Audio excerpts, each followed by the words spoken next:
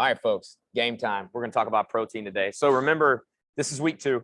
So our main focus is eating protein and veggies at every meal. And if you've been meal planning, right, that really should not be a problem because it's such a big focus. Making sure we're getting veggies so that our micronutrients are hit, which are very, very important for hormonal regulation and all kinds of stuff. And then making sure we're hitting our protein so that the most important macronutrient is being hit as well. So what we're going to talk about today is, will a high protein diet harm your health? And I don't know if everybody really knows what a high protein diet is considered, right? Because we can talk about like high carb, low carb, high protein, low protein. We're going to get into that. So first, let's kind of talk about where the scare of a high protein diet came from. Roughly 25 years ago, there was a lot of skepticism about protein, and it was kind of because like bodybuilders ate a lot of it, experimented with all kinds of questionable things. Let Stephanie in. And we've also got in the 90s, kind of ushered in the rise of a higher protein diet for weight loss and a low carb approach. And a lot of health experts labeled that as unsafe. But over the years, a lot of the complaints that we heard about, or a lot of the craziness surrounding protein, faded. And some of the folks that were calling it unhealthy to have a high protein diet are now starting to change their tune. But we're going to talk about why. So the first one I want to start with, right? Protein has claims, like high protein diet has a claim for a lot of things. The first one I want to start with that really won't seem to die, like I've had doctors tell current clients this, is that a high protein diet is bad for your kidneys. Has anybody heard that? Like, just put your hand up. Has anybody ever heard that? I see a head nod. Yes. Yeah. It's a myth. It is not bad for your kidneys. Let me give you an analogy to think about. Okay. So, or let's talk about where it began. The concern about high protein in kidneys began because doctors tell people with poorly functioning kidneys, usually from pre-existing kidney disease, to eat a low protein diet. But there's a big difference between avoiding protein because your kidneys are already damaged versus protein actively damaging healthy kidneys. Okay, so I'll repeat that. There's a big difference between avoiding protein because your kidneys are already damaged versus protein actively damaging healthy kidneys. So it's a difference between jogging with a broken leg and jogging with a perfectly healthy leg. Jogging with a broken leg is a bad idea. And doctors would probably tell you not to jog if your leg is broken. But does jogging cause legs to break? No, unless you're really reckless on a treadmill, right? Same with protein and kidneys. Eating more protein does increase how much your kidneys have to work. If you work out a lot, if you eat a significant amount of protein, there's a measurement called creatinine, which is not the same thing as creatine. It's a measurement, it's one of your measurements of kidney function, that will elevate. And it's 100% normal in individuals that do regular strength training and eat a good amount of protein. Talked about the treadmill and kidney, like the doctor would tell you not to go jogging if you had a broken leg. Same thing for kidneys. Eating more protein does, like I said, does increase how much your kidneys have to work, just like jogging increases how much your legs have to work. But protein hasn't been shown to cause kidney damage. Just like jogging isn't going to suddenly snap your leg like a breadstick. This is based on research. So another claim related to a high protein diet, I promise we will get to what that is soon, is that it causes liver damage. The liver, like the kidneys, is a major processing organ. It's like a filter. People talk about detoxes. The liver does all the detoxing you'll ever need in your life, and it's phenomenal at it. Thus, it's the same deal with the kidneys. People with liver damage, such as cirrhosis, they're told to eat less protein. Yes, if you have liver damage or disease, you should eat less protein. But if your liver is healthy, then a high protein diet will not cause liver damage. So the verdict here, there's no evidence that high protein diets will cause liver damage in healthy adults. And again, we're going to talk about what in research a high protein diet is and what would be high for a lot of people. Another claim that is relatively common is that high protein causes osteoporosis. So I think most of you are probably familiar with osteoporosis, like you can see here on the slide, right? Normal bone, we've got really small spaces in there. It's very, very dense. Those spaces tend to get bigger over time as we age. and we start to degrade our bone faster than we actually make it. It's a natural part of aging. Eating more protein without also upping your fruit and vegetable intake will increase the amount of calcium that you'll lose in your pee.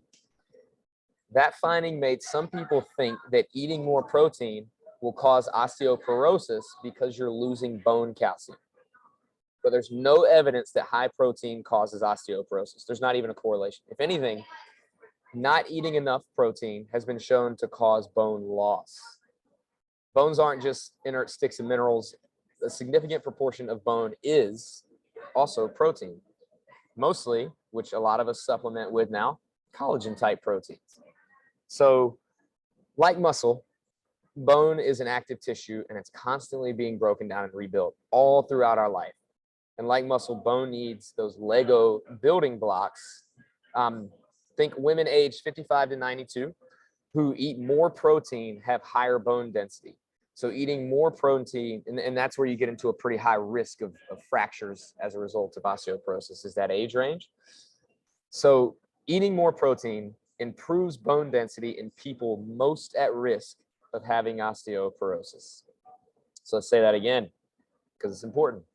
Eating more protein improves bone density in people who are most at risk for having osteoporosis. Eating more protein plus adding resistance training is a double win for bone density. Promise you.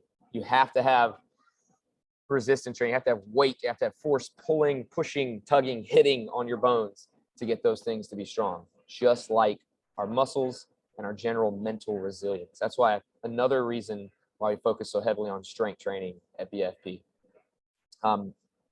Verdict: high protein diets do not cause osteoporosis. In fact, they probably do the exact opposite and prevent osteoporosis. So here's another one. And we have this one and one more that we're going to talk about. The claim is that high protein causes cancer. Unfortunately, we don't have conclusive human studies on the cause, specific word there, cause of cancer and the role of protein. There are studies that asked people, so they asked them, right? They just filled out a survey, how much protein they ate over their lifetime, right? Can you recall how much protein you've eaten over your lifetime? Just consider that for a minute. That's the research this is based on. And then looked at how often people got cancer. The research shows a connection between protein intake and cancer rates based on what those people recall. But like I said, these studies they're correlational, they're not causal, and they don't prove that protein is the cause of cancers. Plus, some researchers have gone so far to say that studies, that rely on subjects to recall what they ate are basically worthless because human memory is so inaccurate and all over the place. I mean, I know it is for me. A big part of the proposed cancer and protein link comes down to confounding factors like where do you get your protein from, plants or animal? How you cook your protein, and what types of protein are you eating? So like grass-fed steak versus a hot dog that's made of like leftover stuff from a pork factory. Because quality definitely matters. I know we're discussing primarily quantity today, but quality matters a lot. So in other words, we can't say that any particular amount of protein causes cancer. So the verdict here is limited evidence that protein causes cancer. It's very limited. And there's many confounding factors because they didn't take into account how much these people exercised, if they were sedentary, and what types of protein, all that good stuff. Finally, let's look at this one because this one's kind of interesting. High protein, the claim, high protein causes heart disease. Eating animal-based protein daily is associated with an increased risk of fatal coronary heart disease. 70% for men, 37% for women, whereas plant-based proteins aren't linked to higher rates of heart disease. So this suggests that where you get your protein from may matter more than how much protein you eat as it pertains to heart disease. However, just like cancer, you got to get a little deeper into the research. The link between heart disease and high protein diets is from questionnaires rather than a double-blind randomized study, which is the gold standard, right? Like people don't know what they're being studied for. So again, it's just memory recall. And the studies that you heard about a few years ago about red meat just being the absolute worst thing in the world was a very similar type of, a lot of those studies in that literature review were based on people just recalling how much protein and how much red meat they had eaten. So again, lots of confounding factors in this research, like the type of animal the food comes from. Does seafood cause the same issues as red meat, for example? We don't know the whole story here. So the verdict on the heart disease and protein, there's limited evidence that protein causes heart disease. And again, it was just a correlation. The source of protein is a major confounding factor, because you have to consider if somebody's eating a ribeye every night or if they're eating turkey and chicken and things like that, right? Because ribeyes are just much fattier. There's a lot more calories in them.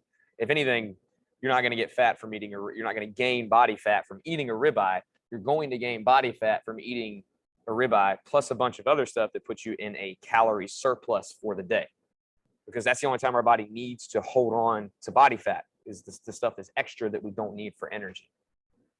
And there's things that are more calorie dense, get us there faster. So to review, high protein diets do not cause kidney issues. High protein diets do not cause liver issues. High protein diets can actually help prevent osteoporosis, not increase osteoporosis. There is some correlation between a higher protein diet and instances of cancer. But again, the research was pretty weak and was just based on people saying how much protein they generally ate. And then a very similar thing for heart disease, because we did not talk about the quality of protein in those studies. So, see if I can move this out of the way here. How much protein do you really need? This is the number that everybody's heard, right? That everybody's read, that we were told in school. And it's not wrong. Let's dive into it a little bit. So 0.8 grams per kilogram of body weight. We're going to do some math. If you want to know how many kilograms you are, take your weight and divide it by 2.2. Just do it in your head right now. Boom, you should be done. Or you could just say 2, but any 2.2 is more accurate. So most folks, if we're eating a Western American diet, we're not going to be deficient in protein to keep us alive. However, not deficient doesn't mean optimal. It doesn't mean improvement. It just means getting enough protein to maintain function, to keep my heart beating, to keep my brain working, and to prevent malnutrition. So for folks that are sedentary and folks that are generally healthy, they can get by on 0.8 grams of protein per kilogram of body mass to cover basic daily requirements. So we can do some math here. A 150-pound person is 68 kilograms. So 68 times 0.8 is about 54 grams a day. I get that in like less than a meal if I'm trying to eat to thrive, not just to survive, personally. 200-pound person, 91 kilograms, 73 grams of protein. It generally works out to about 10% of daily calories coming from protein. If you were going to get a calorie recommendation or a percentage, a macro recommendation for me, I would get you a minimum 30% for almost every single person. And most people, we try to get up to 40% as they start to stagnate, and we need to work on results a little bit more. However, like we talked about, these recommended daily allowances were originally developed. So RDAs, a lot of you have probably heard that term. That's what this 0.8 per kilogram of body weight, body mass came from. They were just there to prevent malnutrition, to represent the minimum amount of nutrient we needed not to get to die or get sick.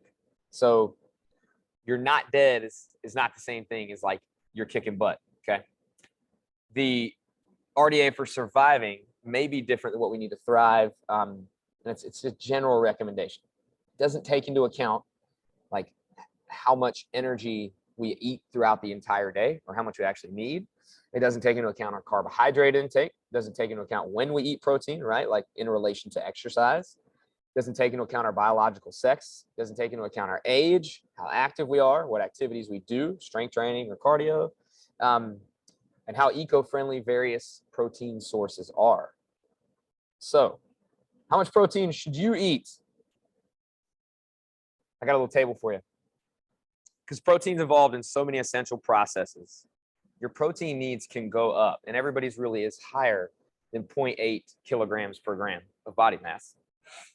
If you're training hard, if you're working out at BFP, at least 3 days a week, or you have a heavy physical job, if you're actually injured, like a broken bone, and you need to recover from surgery, if you're sick, your protein needs go up.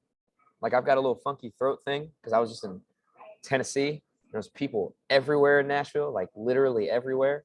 And we were on planes and stuff. As we get older, because protein digestion tends to reduce with age. So like we literally get worse at taking the protein we eat and utilizing it as effectively as we did when we were younger. We tend to need more to meet the requirements as we age. If you're trying to lose body fat, which everybody is, most of us, but still maintain some muscle mass, protein needs can go up. And this chart shows you some suggested protein ranges. So clinical studies show people can eat up to, compare this to what I talked about earlier, 4.4 grams of protein per kilogram of body mass without any short-term health problems. So that tells you don't have like long-term studies. Granted, that's a very, very high intake. And very few people would ever voluntarily consume that much. So like, let's do some math. I don't have it on the slide, so I'm going to go with my way. Let's say 180 divided by 2.2. So 81 kilograms. That doesn't seem right. I guess it's a little bit less than 90 divided by 2.2 times 4.4 would be 360 grams of protein for me per day if I was eating that right there. So that would equal 1,440 calories of protein. Think about eating 1,400 calories of protein in a day. Like, that's a lot of food. There's some people that don't eat that many calories at all. But again, this is like fringe, but you can eat that much without kidney damage, liver damage, cancer, heart disease, all that stuff. You can improve your bone health. This is going to be people who are really trying to bulk up. But it's also important to note, if they're eating that much protein, I promise you they're eating a lot of carbohydrates too, if they're trying to bulk up, because, oh, there's a little alert, because that's very important. So the range that we recommend for people looking to maximize muscle, so highly is going to be, it's on here, it's 1.6 to 2.2 kilograms per gram of body mass. You'll get this from, if you eat 3 to 4 meals a day, 1 to 2 palms of protein. Most people will get that, because remember, for most ladies' hands, right, about 23 grams of protein, 22 grams of protein if you're using your palm size, if it's meat. But again, you start looking at scoops of protein and stuff, that changes things. Mixed foods changes things a little bit. I posted on that the other day. But 1.6 to 2.2 grams, if you're active with a healthy weight, you're working towards it, trying to change your body composition. You can be adequate if we're active but overweight. You can do 1.2 to 1.6 grams per kilogram and be okay. But anywhere between that 1.2 to 2.2 is going to be great for most people we're working with.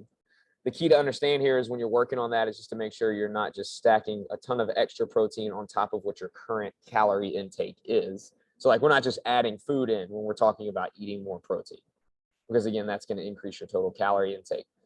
So when, I've been talking a lot, I know not everybody's on board with it, but I talk a lot about using the hand serving sizes. I put that up in the group the other day about, most women's palms usually gets them about 3 ounces of protein, which is usually 22 to 23 grams, depending on what you're eating. And it has other nutrients in it as well. So you can do this math, right? You could say, for most people, start with 1.6 because you want to see how you feel. So for me, like 180 pounds, right? Divided by 2.2 again is 81. So I'm going to times that by 1.6. That's 130 grams of protein a day for me. If I recall correctly, the average amount in a male's palm size, I'd have to go back and look. I want to say it's closer to 30 grams of protein. But if I divide that by 30, that means I just need 4.3 palms of protein per day if I want to hit 1.6, right? This range right here. So for most women, and it doesn't mean all women are eating 1 palm of protein. I know that's a general recommendation I'd make. We're going to get into this week, like how to personalize that a little bit more, but keep it simple by using your hand portion sizes. and just dividing it by that average amount.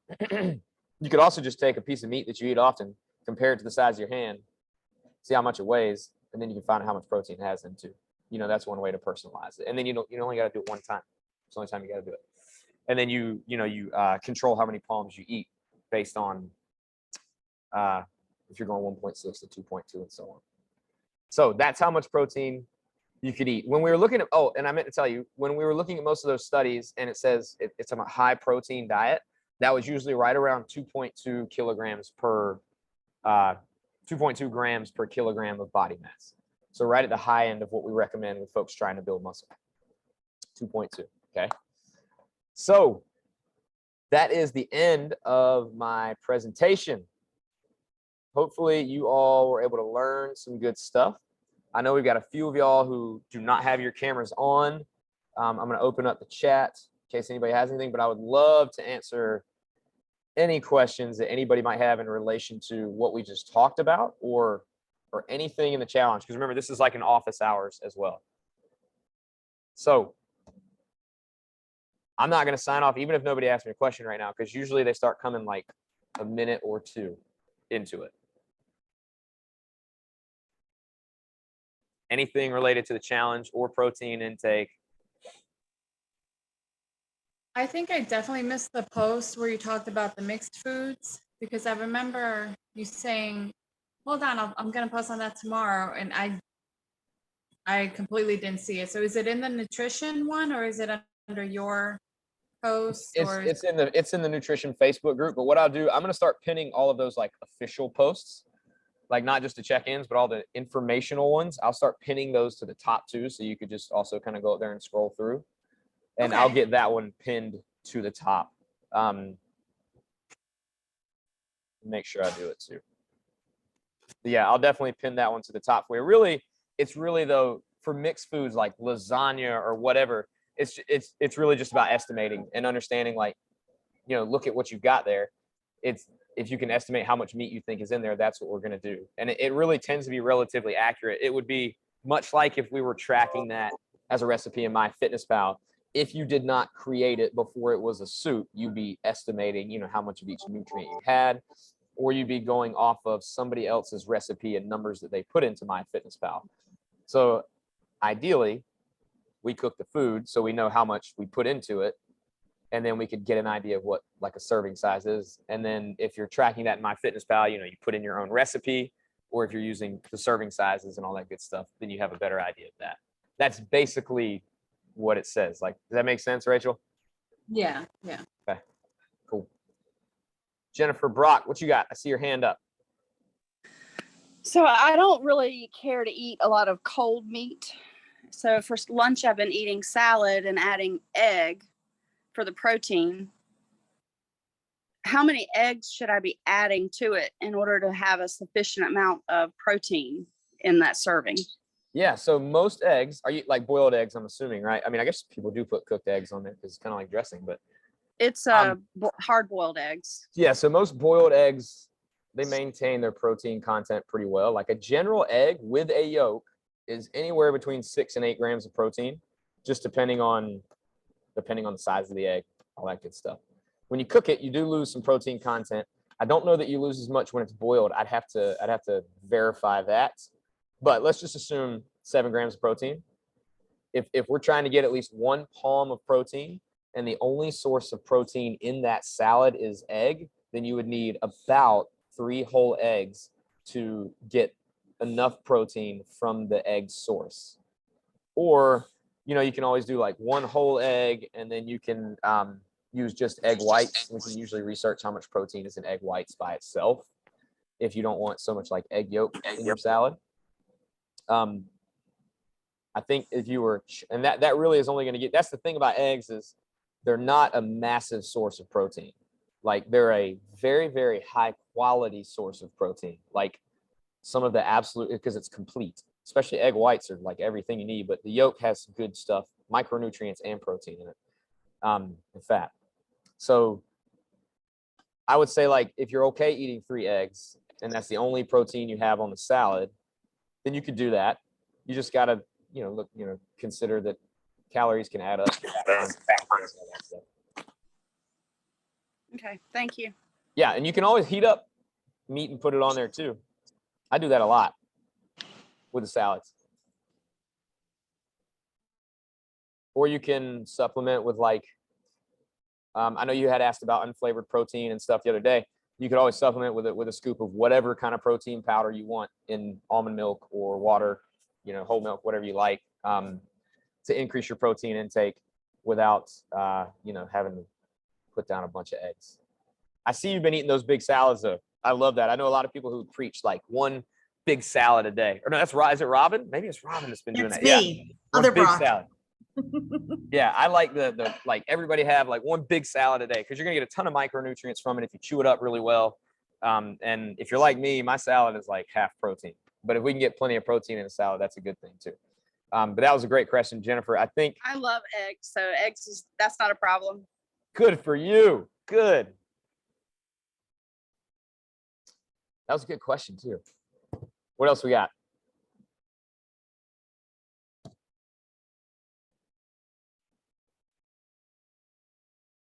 All right. Everybody's good. I know Jamie was driving. I know some of y'all are working. Cool. Well, that's everything today. We got that done in like a half an hour. I'm good with that. I try to get these done between a half an hour and 45 minutes so everybody's not sucked into it too long. Hopefully you learned a little bit. We will be talking about protein and veggies all week long in the Facebook group. That's going to be our big focus. By the end of this week, everybody should think protein is the most amazing thing in the world, no matter where you get it from. Because I'm going to talk about different sources and ups and downs to each one. All right, y'all have a great day. Wednesday at 7 p.m. It is the same talk, so you don't have to feel like you have to go on there unless you got a question you want to ask. All right, we'll see y'all later.